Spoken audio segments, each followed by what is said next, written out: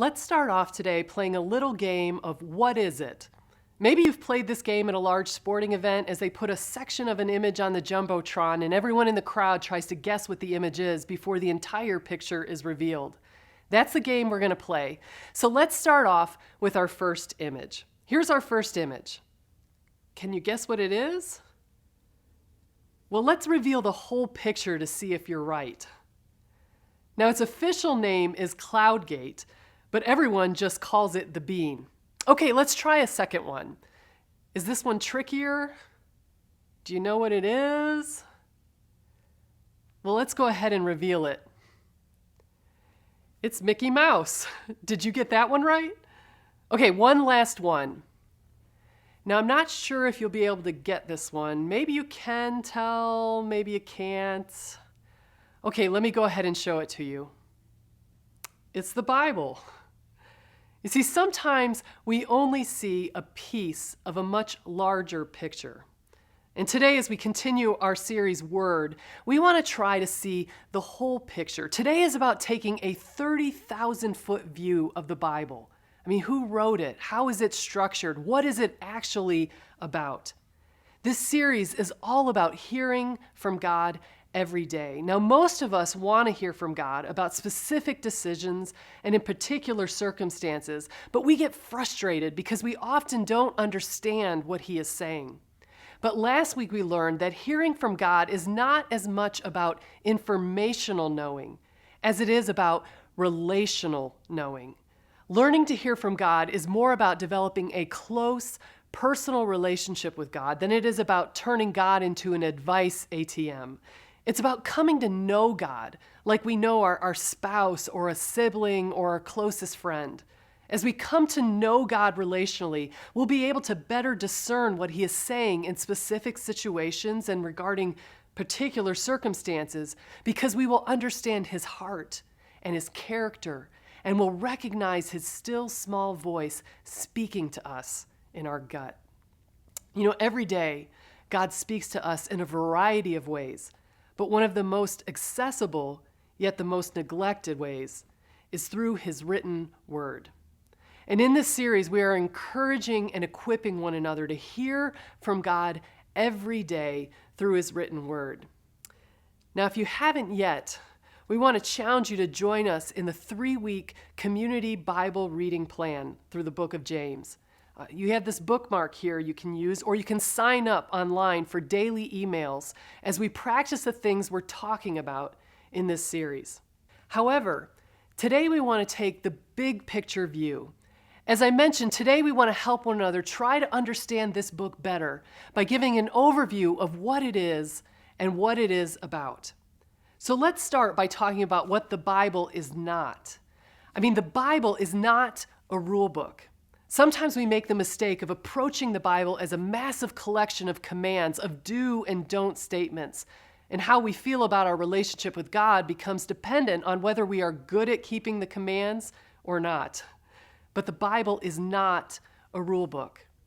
The Bible is also not a fortune cookie. Sometimes we make the mistake of approaching the Bible looking for inspirational quotes and blessings. We just pull out random verses that make us feel good and look good on Instagram memes while ignoring all the other stuff about sin or doubt or struggle. But the Bible is not a fortune cookie. The Bible is also not an ink blot test. Sometimes we make the mistake of approaching the Bible looking for things that are important to us. We project onto the Bible our ideas and our desires. We see in the Bible what we want to see. We manipulate it to fit our purposes and defend our arguments. But the Bible is not an ink blot test.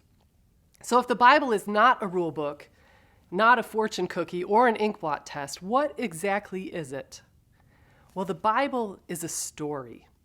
The Bible is a story. The Bible is to be approached and read as one continuous story, the story of God and His people. Now, when we say the Bible is a story, we do not mean that it is make-believe or fiction or a myth. We say the Bible is a story because if we read it from beginning to end, we discover that it has 3 features of a story. It has authors who tell the story together. It has a plot from beginning to end. and it certainly has a host of interesting characters. Now, we're going to talk about these elements of a story, authors, plot, and characters, as we try to understand the big picture of the Bible. But first, let's start by taking a look at this short video to understand some basic facts about the Bible. Interesting facts about the Bible. The Bible is comprised of 66 books, 39 in the Old Testament, 27 in the New Testament. The Bible was written by over 40 different authors and was written over a period of 1,600 years. Job is considered to be the oldest in the Bible, while the book of Revelation is the youngest, written in 95 AD. The longest book in the Bible is the book of Psalms. The shortest is 2 John, with only 13 verses in the entire book. The Bible has been translated into roughly 2,018 different languages and is the world's best-selling book. Consequently, it is also the world's most shoplifted book. Dogs are mentioned 14 times in the Bible and lions 55 times, but cats are not mentioned at all. The Bible contains scientific information that was years ahead of its time. The book of Job describes the earth as a suspended ball, despite everyone else on earth at the time believing the earth was flat. 50 Bibles are created every minute, and roughly 6 billion Bibles exist in circulation. Enough for every man, woman, and child to potentially have their very own copy.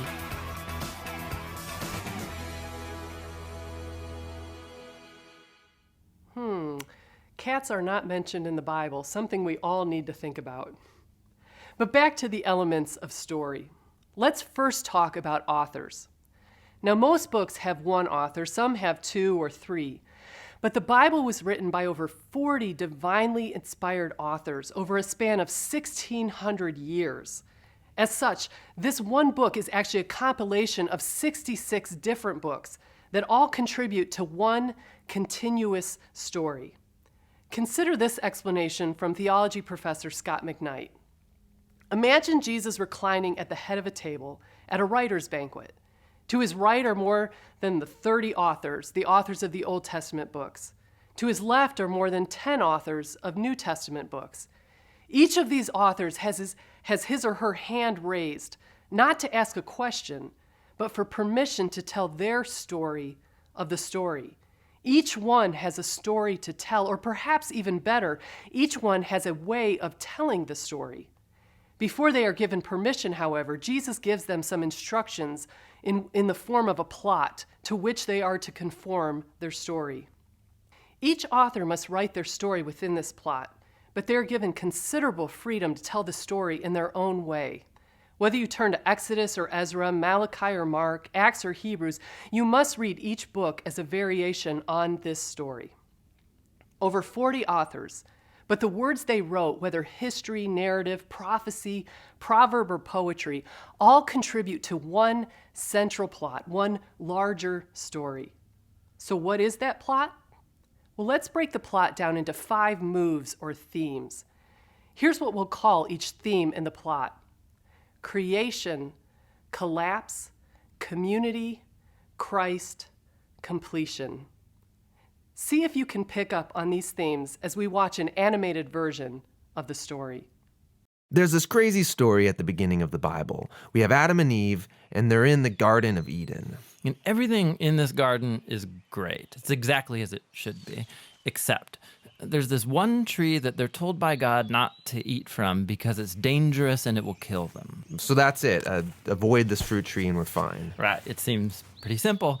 But in this garden, there's a snake, and it starts telling a different story. It says that if you eat of this tree, it's not going to kill you. In fact, it's going to make you become like God. And Adam and Eve, they believe the snake and they eat the fruit. And because of this, the goodness of the garden is tragically lost, and evil and death enters into God's good world. Now, why is there a talking snake in the garden? I mean, this thing is a problem. Yeah, it's very strange. And even more strange is the fact that the Bible doesn't say why or how this thing even got there. It just presents the snake as this creature who's in rebellion against God and that wants to get other people to doubt God's goodness and lead them on a path towards death. And so whatever this snake is, it's the source of evil that pervades our world and our lives, even still today. But there is some hope, because right here in the story, God makes this really interesting promise to Adam and Eve. That someone is going to come in the future, a son of Eve. And this guy's going to come and he's going to crush the serpent's head and destroy evil at its source. However, during this battle, the serpent is going to bite this guy's heel. So it's like a mutual destruction. Yeah, it's this very strange but beautiful promise. And it's just left hanging there until the next key moment in the story, when God singles out this guy named Abraham and says that through his family, goodness and blessing is going to be restored back to all of the nations of the world. And as we follow this family, we get to one of Abraham's great-grandsons, this guy named Judah. And he receives this promise that a king is going to come from his line and that the whole world's going to follow this king and he's going to bring peace and harmony and there'll be lots of food and wine and milk and vineyards and it's going to be awesome. The first king that we meet from the line of Judah is a guy named King David. And he's a hero. Maybe he is the snake crusher. But it turns out that David is infected with the same evil as the rest of humanity. He never crushes the snake, just the opposite.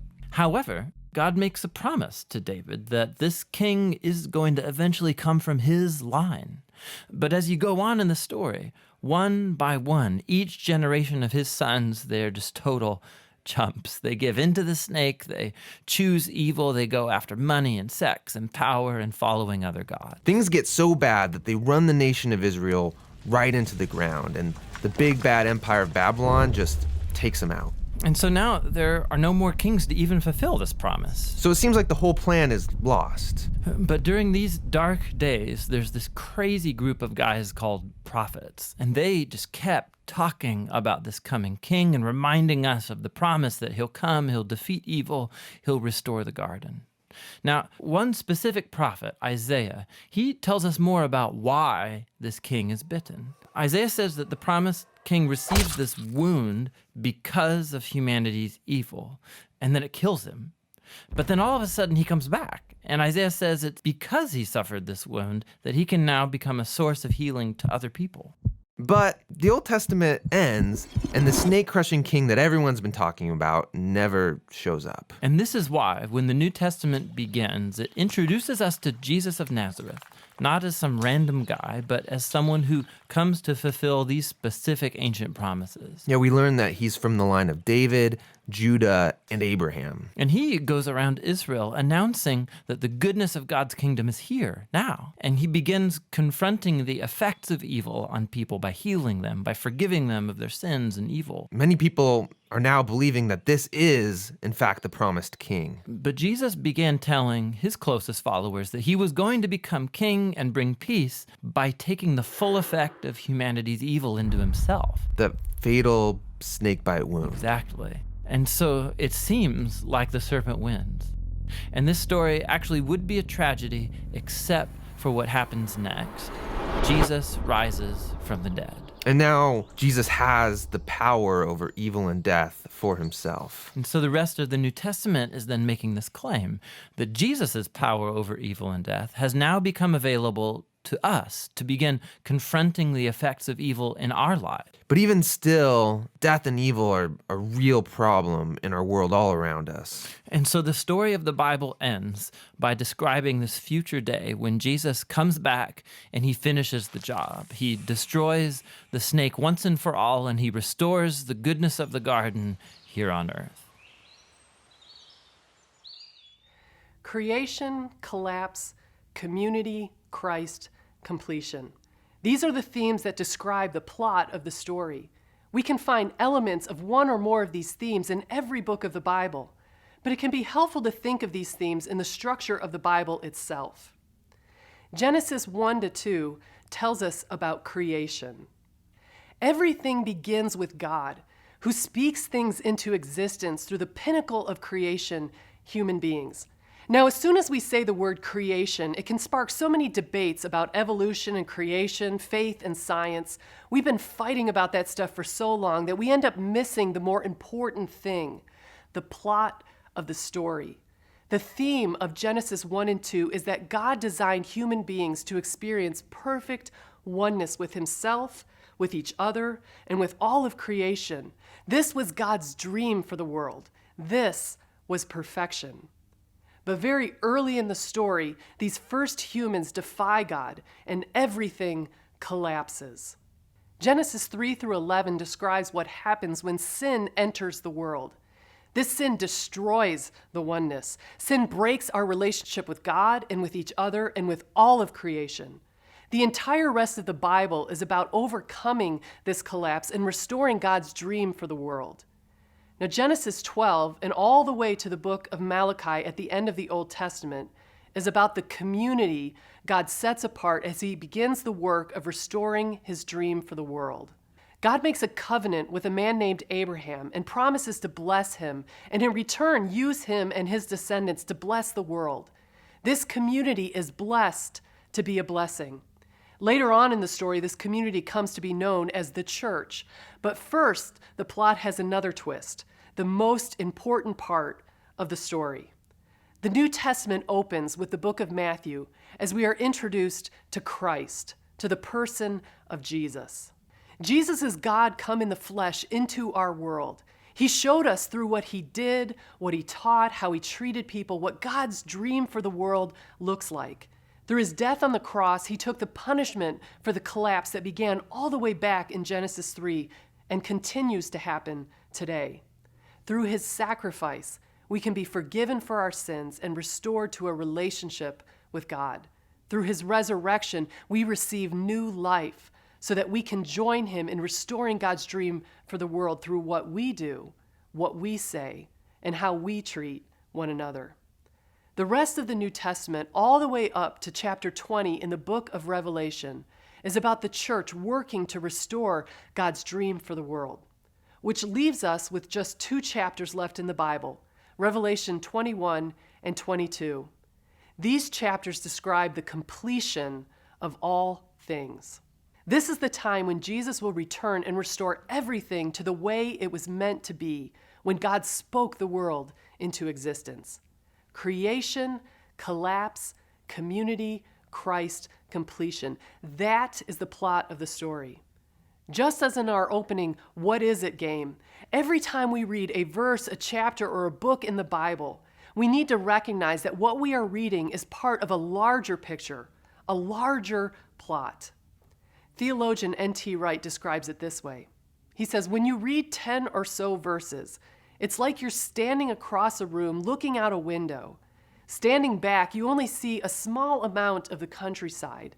If you move up and press your nose against the glass, you see that that small amount is part of a much bigger picture. Whether we turn to Genesis or Ezra, Matthew or James, we must read each book in the context of the larger plot as that author's variation of the story. So we've talked about the authors, we've discussed the plot, which brings us to the last element of a story, characters. Now, before we talk about the characters, I want to shake things up a bit and ask our ushers to come forward and pass out communion. If you're watching this message at home, I'd encourage you to grab a piece of bread and a cup of juice or some other substitute that you have at home so that you can join us in this moment. Just hold on to the communion elements for a few minutes and let's talk about the characters in the Bible. There are a lot of them. And understand these characters aren't like Goldilocks or Cat in the Hat.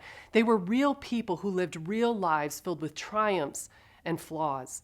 I mean, we have Moses who stood up to Pharaoh and led God's people out of Egypt, but who also killed a man in his anger and spent years as a fugitive out in the wilderness.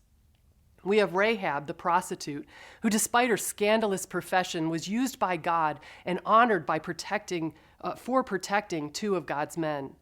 We have David, who was so faithful he was called a man after God's own heart, but also so flawed that he was an adulterer and a murderer. We have Esther, the beauty queen, who risked her life to save her people, the ancient Israelites, from destruction. We have Job, who was rich one minute and destitute the next as he struggled to remain faithful to God. We have Mary, who was poor and insignificant, but was chosen to give birth to the King of Kings. We have Peter, who was transformed from an impulsive hothead into the first leader of the church. We have Judas, who followed Jesus for 3 years only to betray him in the end. We have Stephen, who praised God even while he was being stoned to death. We have Paul, who started off murdering Christ followers and then became their leading evangelist. I mean, the story is full of characters.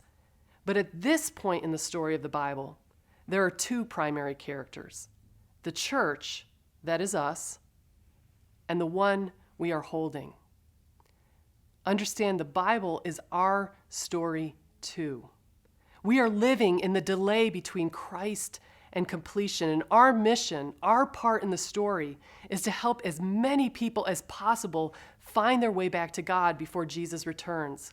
We are a part of helping restore God's dream for the world, of helping restore the garden. We are writing this chapter in the story of the Bible. The challenge to us as characters in the story is to learn to view every smaller piece of our lives in the context of the larger story, to take the 30,000-foot view. When we do that, it makes some things rise in importance and other things fall away. The key is to look at all of life through the perspective of the larger story. At this point in the story, there are two primary characters: the church, that is us, and the one we are holding. He gave us the practice of communion to remember him and to remember our place with him and with each other in the story. The Apostle Paul said, "For I received from the Lord what I passed on to you. The Lord Jesus, on the night he was betrayed, took bread, and when he had given thanks, he broke it and said, 'This is my body, which is for you. Do this in remembrance of me.'" Let's eat the bread as we remember Jesus.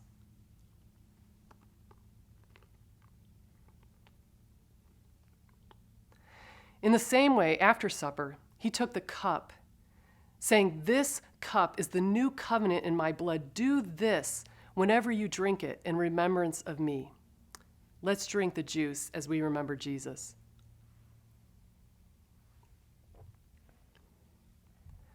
For whenever you eat this bread and drink this cup, you proclaim the Lord's death until he comes, until completion. This is the story of God and his people. It's our story. May we live and tell it well.